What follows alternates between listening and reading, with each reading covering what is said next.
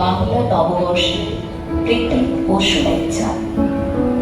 কবি প্রণাম ও বাংলা নববর্ষ উদযাপন উপলক্ষে আজকের শান্ত সাংস্কৃতিক অনুষ্ঠানে কেবি শিশুদের নিবেদন রবি ঠাকুরের জুতা আবিষ্কার। 1900 সালে প্রকাশিত কল্পনা কাব্যগ্রন্থের 52টি কবিতার মধ্যে জুতা আবিষ্কার অন্যতম।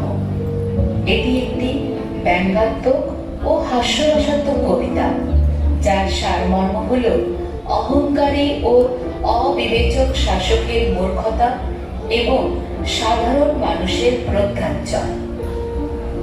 কবিতাটিকে নাট্যরূপ দেবার পর শুধুমাত্র মনোরঞ্জন হেতু রবীন্দ্র শ্রেষ্ঠ ব্যতীত অন্যান্য সঙ্গীতের ব্যবহার করা হয়েছে। এতে মূল ঘটনার উপর কোনরূপ হস্তক্ষেপ করা হয়নি। শুরু হচ্ছে নাটক জুতা আবিষ্কার। শোনো শোনো সবে করি নমস্কার।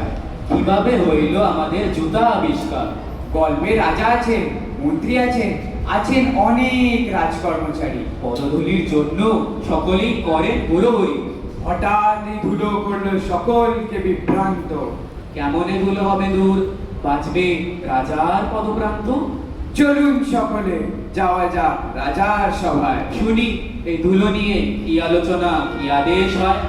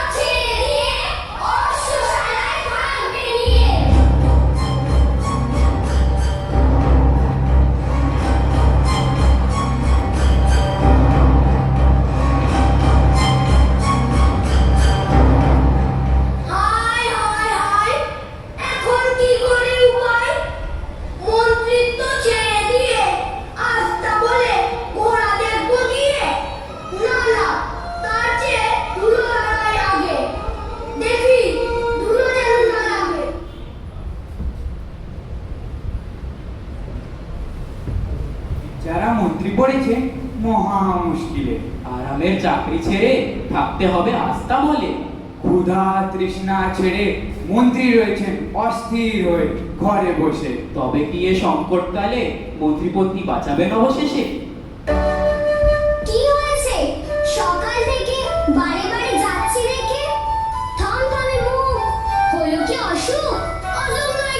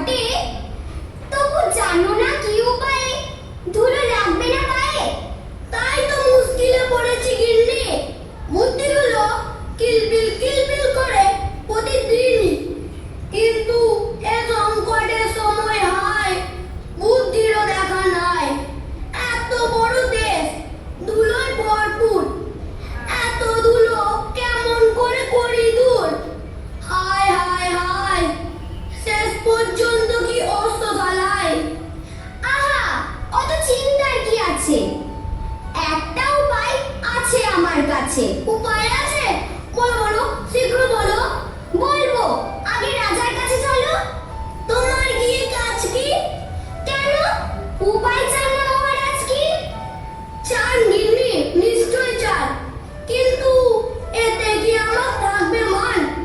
আমি হলাম মহামন্ত্রী গবুরায়, রাজার কাছে আসন পাই, কিন্তু এ সংকটকালে কিনা শেষে রাজাকে বুদ্ধি দেবে তার গিন্নি এসে দেশের লোকে বলবে কি? ছি ছি। বেশ, তবে যাই, কাজ আছে, দাঁড়াবার সময় নাই।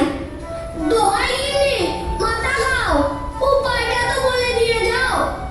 মহারাজকে গিয়ে বলো আগে, পায়ে রাজার ধুলো যদি না লাগে, দেশের লোকে কেমন করে তবে পায়ের ধুলোতে ধন্য হবে? সত্যি তো তাই, এ কথা ভেবে দেখি নাই।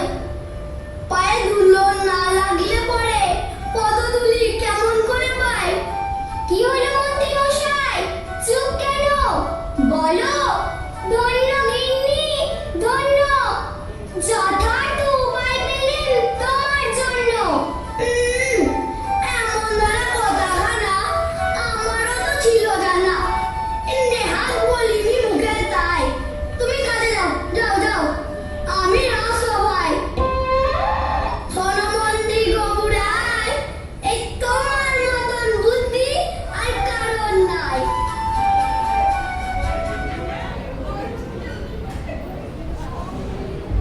আনন্দে আপ্লুত মন্ত্রী চললেন রাজসভায়। দেরি না করে সরাসরি পারিলেন গিন্নির দেওয়া উপায়। হায় রে গবুরায়, বোধহয় সত্যি গেল চাকরি। এই জন্যই বলে স্ত্রী বুদ্ধি ভয়ঙ্করী।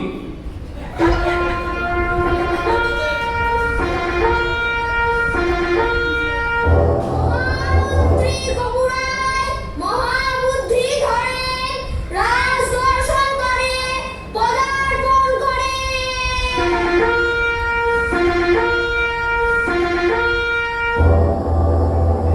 জয় মহারাজের জয়, জয় মহারাজের জয়। কোনো খবর আছে নিশ্চয় মহামন্ত্রীর কাছে?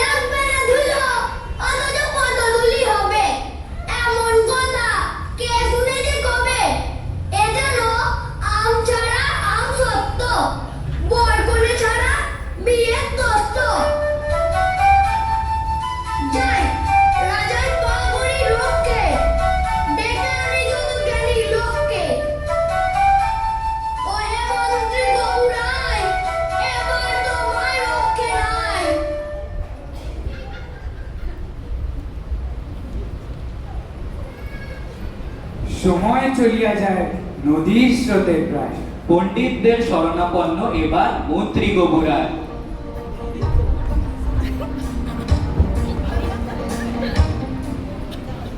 অবুচন্দ্র মহারাজ বড় কষ্টে আছেন আজ। মলিনগুলো লাগছে তার পায়, রাজকার্য শিখেই তাই। কি করলে রাজার পা ধুলো থেকে বাঁচবে তা ভেবে দেখতে উপায় তারি, করেন রাজা আদেশ জারি। না না না না, এই অনাচার সহ্য হয় না। রাজার পায়ে ধুলো এ তো প্রাণে সয় না। এসব কি আর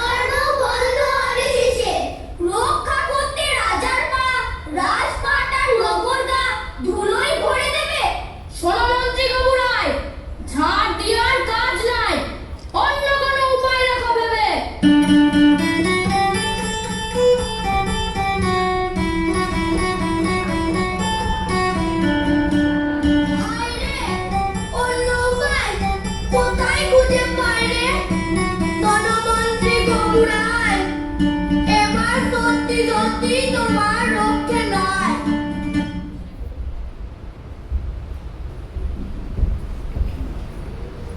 সংকটাপন্ন বগুড়ায় পুনরায় চলিলেন পণ্ডিতদের বাসায়। তিন পণ্ডিত মিলে কি বলে, কি আসে এবার গণনায়?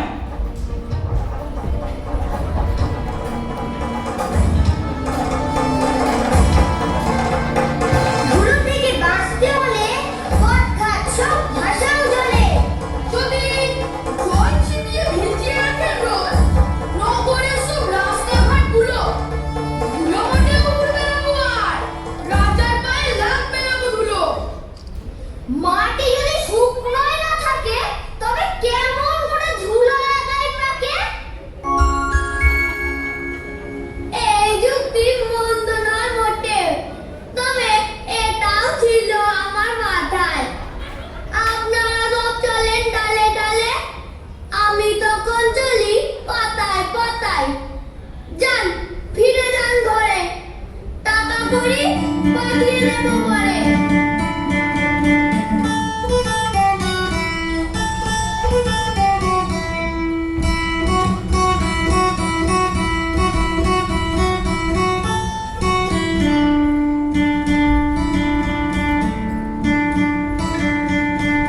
সাবাস মন্ত্রী বাবুরায়, এত বুদ্ধি তোমার মাথায়। যাই, জল দিয়ে এবার দেশকে ভেজাই।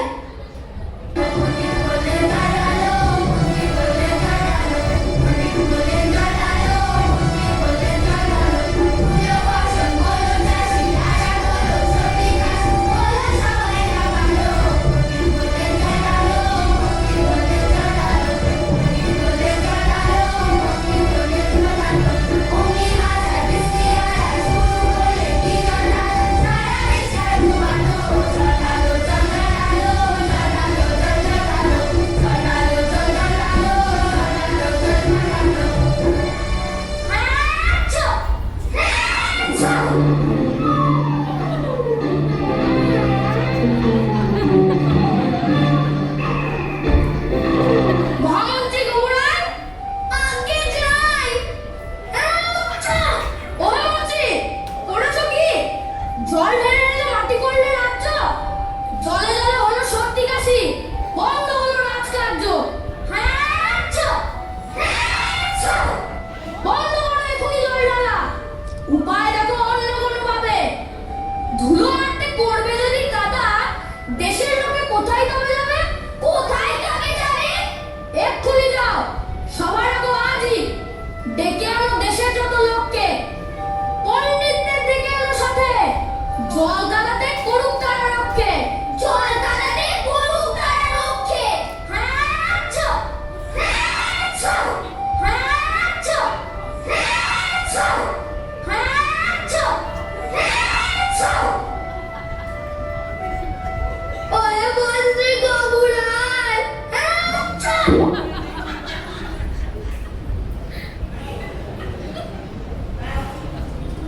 রাজ্য কখনো ধুলোতে থাকে, কখনো জলে ভাসে। দূষণে জলে কাদায় সবাই আছে আর কাশে। রাজার আদেশে সকলের রাজসভায় সমাবেশ। আজ নিশ্চয়ই হবে এই সমস্যার শেষ।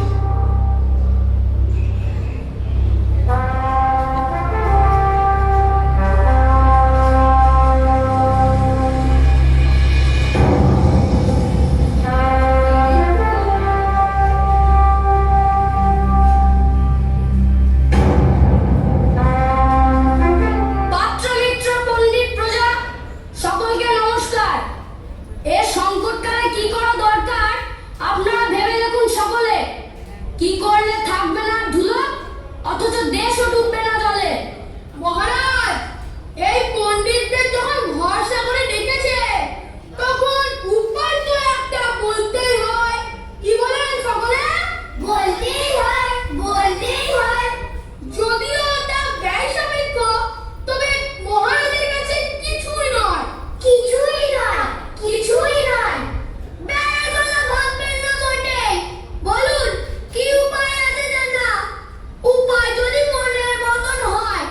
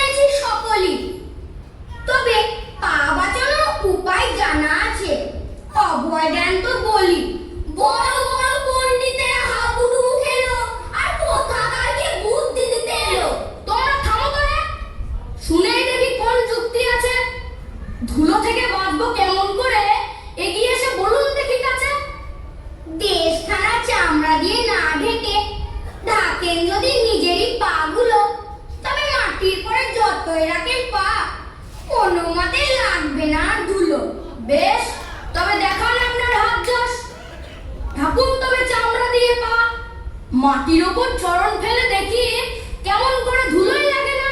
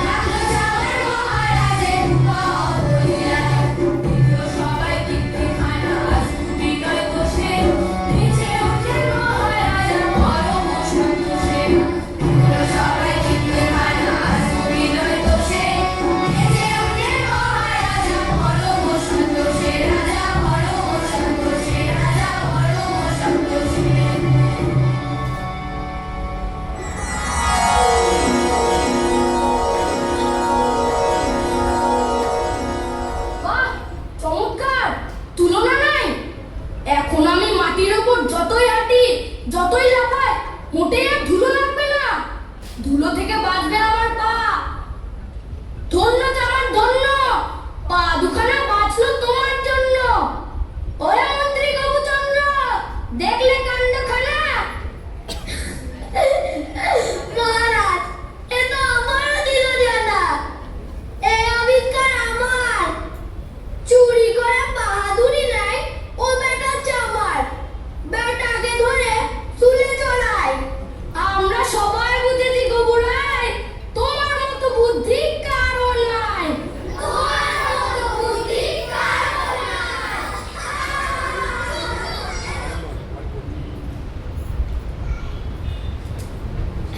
জুতো আবিষ্কার হলো, রাজা মন্ত্রী প্রজারা সকলেই খুশি। রাজসভায় আজ খানা পিনা গানা, এই গানের তালে আমরা সকলেই আজ নেচে উঠি। চলুন।